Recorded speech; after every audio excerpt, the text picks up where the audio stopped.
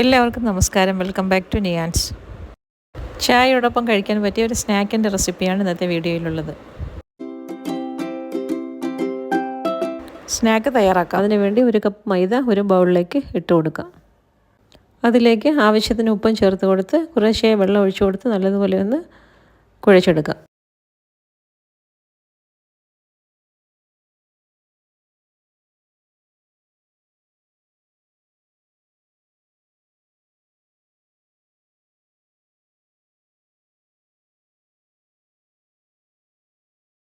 ചപ്പാത്തിയുടെയൊക്കെ കൺസിസ്റ്റൻസിയിൽ കുഴച്ചെടുത്തിട്ട് നമുക്കൊന്ന് മൂടി വയ്ക്കാം.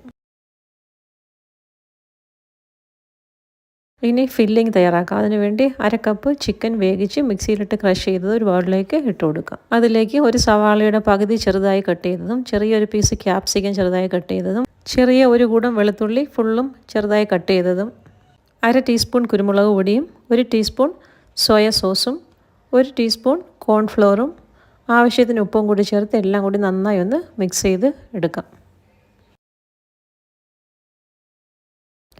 എല്ലാം കൂടി മിക്സ് ചെയ്യുമ്പോൾ നന്നായിട്ട് ഉരുട്ടിയെടുക്കാൻ പറ്റുന്നില്ല എന്നുണ്ടെങ്കിൽ നമുക്ക് ഒരു ടീസ്പൂൺ കോൺഫ്ലോറും കൂടി ആഡ് ചെയ്ത് നന്നായിട്ട് മിക്സ് ചെയ്ത് ഉരുട്ടിയെടുക്കാം. ഇനി നമ്മൾ നേരത്തെ തയ്യാറാക്കി വെച്ചിരിക്കുന്ന മാവിലേക്ക് കുറച്ച് പൊടിയും കൂടി ഇട്ട് കൊടുത്ത് നന്നായി ഒന്നുകൂടി ഒന്ന് കുഴച്ചെടുക്കാം.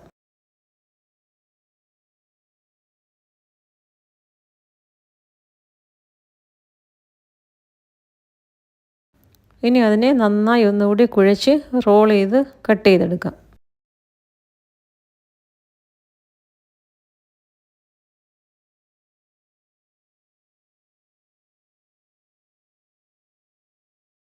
നല്ലതുപോലെ ഒന്ന് റോൾ ചെയ്തതിന് ശേഷം ഇതിനെ നമുക്ക് 5 പാർട്ടായിട്ട് കട്ട് ചെയ്തെടുക്കാം.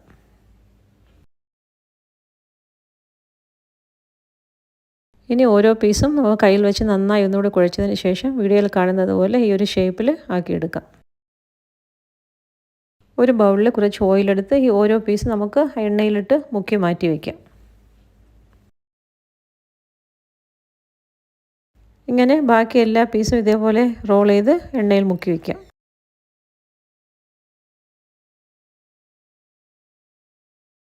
ഈ എണ്ണയിൽ മുക്കി എല്ലാം എടുത്ത് നമുക്കൊരു പാത്രത്തിലാക്കി ഒന്ന് കവർ ചെയ്ത് 1 മണിക്കൂർ റെസ്റ്റ് ചെയ്യാൻ വയ്ക്കാം.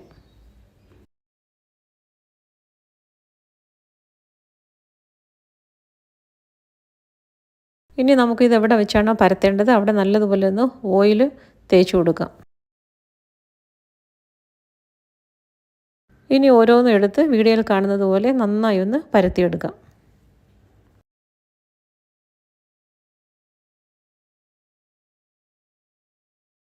വീഡിയോയിൽ കാണുന്നത് പോലെ നന്നായി ഒന്ന് പരത്തിയതിന് ശേഷം ഒരറ്റത്ത് നമ്മൾ നേരത്തെ തയ്യാറാക്കി വെച്ചിരിക്കുന്ന മിക്സ് ഉരുട്ടി ഒരു ബോളാക്കി വെച്ച് കൊടുക്കാം.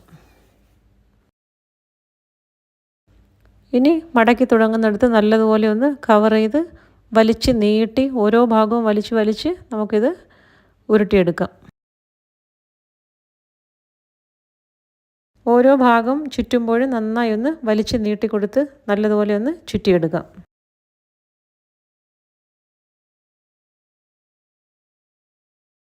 എല്ലാം നല്ലതുപോലെ ഒന്ന് ചുറ്റിയതിന് ശേഷം കൈ വെച്ച് വീഡിയോയിൽ കാണുന്നത് പോലെ ഒന്ന് പ്രസ് ചെയ്ത് കൊടുക്കാം.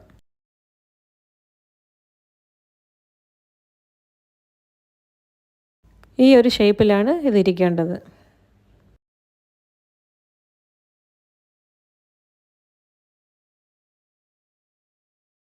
ഇനി അടുത്തതും എടുത്ത് ഇതേപോലെ മാക്സിമം പരത്തി ഇതേപോലെ റോൾ ചെയ്തെടുക്കാം.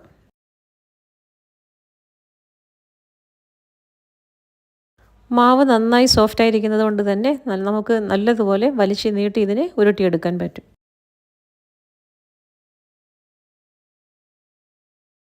ഇതേ രീതിയിൽ തന്നെ നമുക്ക് ബാക്കിയെല്ലാം തയ്യാറാക്കിയെടുക്കാം.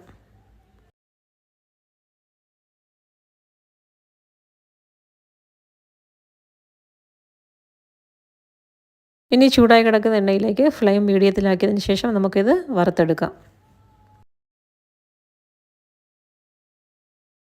3-4 പ്രാവശ്യം തിരിച്ചും മറിച്ചും ഇട്ട് മീഡിയം ഫ്ലെയിമിൽ വറുത്തെടുക്കാം.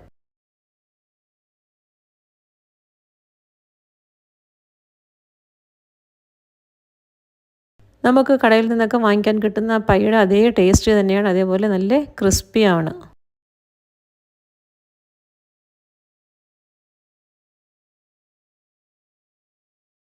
എല്ലാവരും ഇതേപോലെ ഒന്ന് ട്രൈ ചെയ്ത് നോക്കി, തീർച്ചയായും ഇഷ്ടപ്പെടും.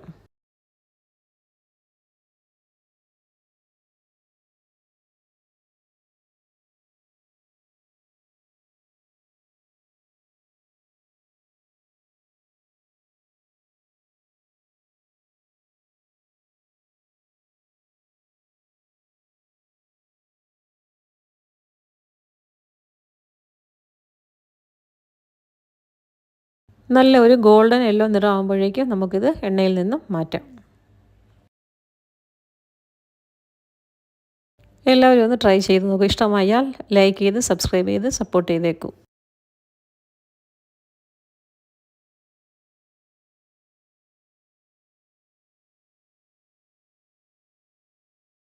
വീണ്ടും അടുത്ത വീഡിയോയിൽ കാണുന്നത് വരെ bye from Niyans. Thanks for watching.